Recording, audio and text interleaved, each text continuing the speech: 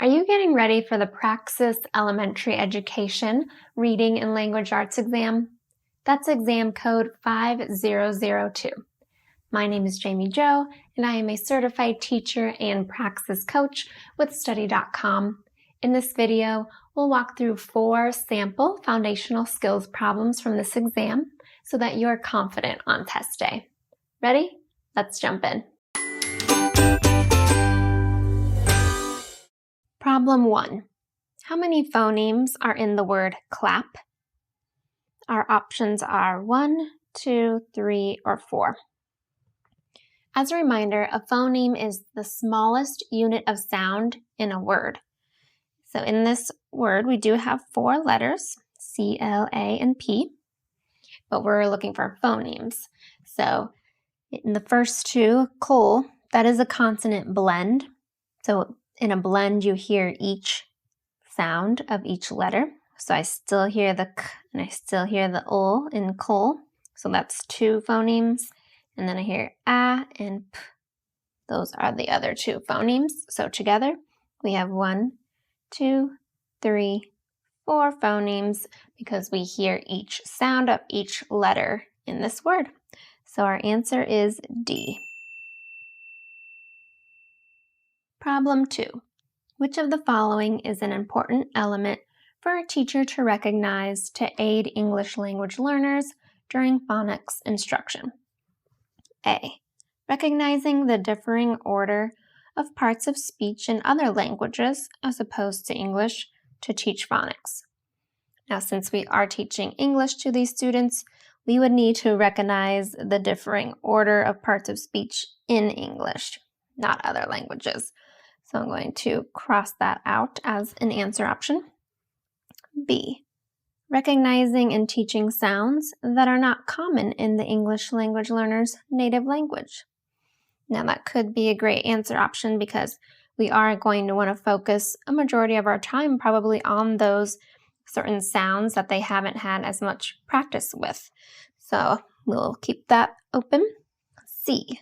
Recognizing that letters in other languages are exactly the same as English, which will aid phonics instruction. Well, we know that's not true. Letters are not always the same from language to language, so we will cross that out. D. Recognizing that games and other fun activities will distract the student from learning essential phonics rules. We also know that's not true because games and activities are a great way for students to be engaged and retain information. So I'm going to cross that out as an option, and that leaves us with B as our answer. Problem 3. Which of the following words contains the same rhyme as the word fat? Well, rhyming words have the same ending sound.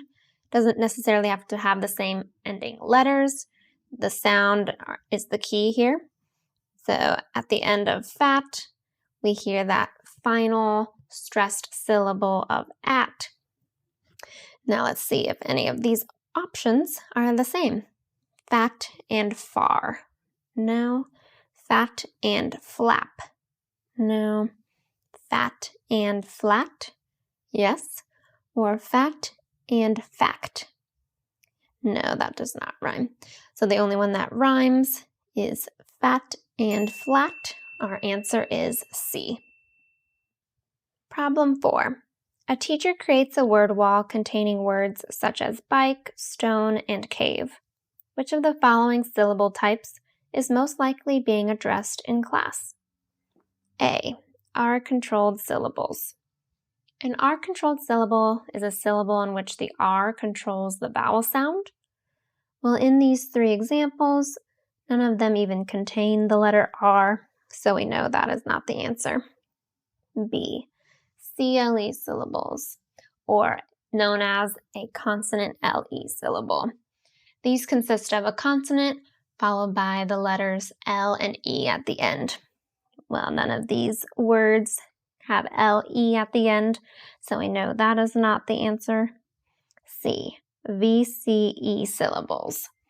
So these are words that have a syllable pattern ending in silent E, which makes the vowel before it a long sound or say its name. So in the word bike, it does end in an E, and that makes the I, the vowel before it, say I or make the long sound. The same thing for stone, that ends in an E, and the O is long. Same thing for cave, ends in an E, and makes A say A or say its name. So that might be our answer option. Let's look at D, vowel team syllables. Vowel team syllables are a syllable with two vowels that make one sound together. So like the word boat, O and A work together as a team. Well, these three words do not have vowel teams, so we know that that is not the option. And that leaves us with C, VCE syllables, as our answer. I hope this was helpful. If you're looking for more ways to study, then check out our other videos, and also make your way over to study.com to check out our Praxis test prep courses. As a study.com member, you'll get full access to hundreds of practice problems like the ones I just walked you through, plus targeted instruction for any topics that you're still struggling with, as well as test strategies to help you maximize your score on test day. Finally, we want to hear from you. Please like and subscribe if today's video was helpful. And then let us know down below in the comments if there are any specific topics that you want us to cover next. Good luck and happy studying.